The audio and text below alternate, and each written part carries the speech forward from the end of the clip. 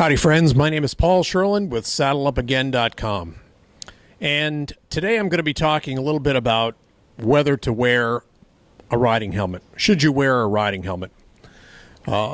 I've learned over the years that it's a good idea to wear a riding helmet. Not because I'm afraid of riding, not because I'm afraid of horses, but I've learned that it's possible for me to come off a horse. And if I do come off a horse, it's less likely that I'll be injured if I'm wearing a riding helmet. Now let me use another helmet, or use a helmet to illustrate a point here.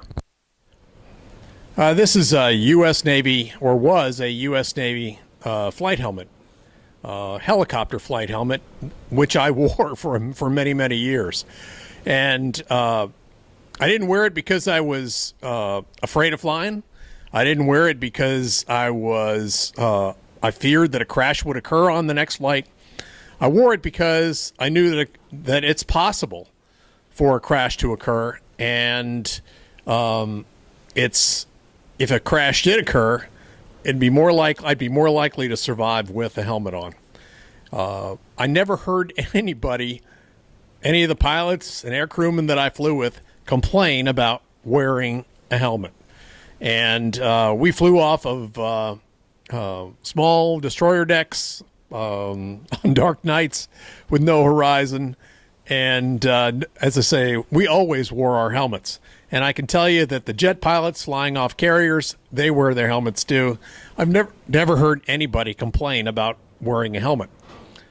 But there's a stigma, especially in Western riding, about wearing a riding helmet.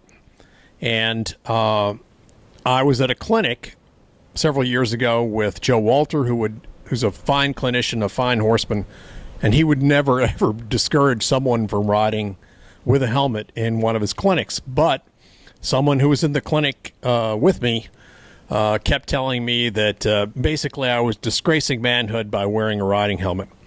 So there are plenty of people out there that don't wear helmets because of vanity. They think it's a sign of being afraid or something like that, and nothing could be further from the truth.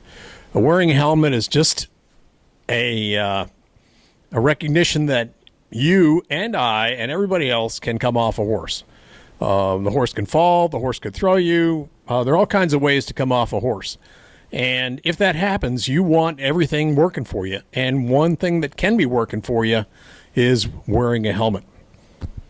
So as I was thinking of doing this topic, or doing a video on riding helmets, or should I wear a riding helmet, I got an email from Jan, who's also a Texan, and it's a pretty long email, but I'm gonna read it with Jan's permission because it's a great story.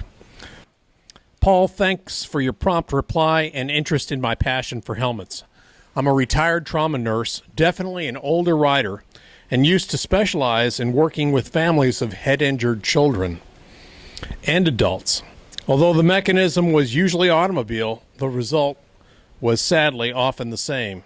In the worst cases, the person who recovered from the injury was not the same person they were before the head injury, sometimes devastatingly so.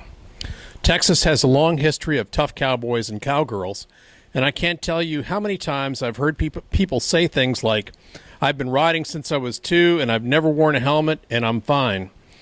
It's been encouraging to me that over the more recent years, helmets are more widely accepted, but there's still, as you admit, the vanity of wanting to look authentic. The idea that a helmet signals that you're not a good rider. If you Google every time, every ride, there's a lot of good info there. The U.S. Pony Club also has excellent statistics on helmet safety. Also, children learn by example. If adults don't wear helmets, it's a hard sell to make your children wear them. My own example, riding a well-trained horse at a walk down a dirt road. She stepped on a long branch on the road that levered up and goosed her between her back legs. The only thing I knew was that I suddenly launched directly upward, and when I came down, she was no longer underneath me. I hit the ground hard, and my head snapped back onto the road. When I got up, totally surprised, but otherwise unhurt, my friend said, "Look at the back of your helmet."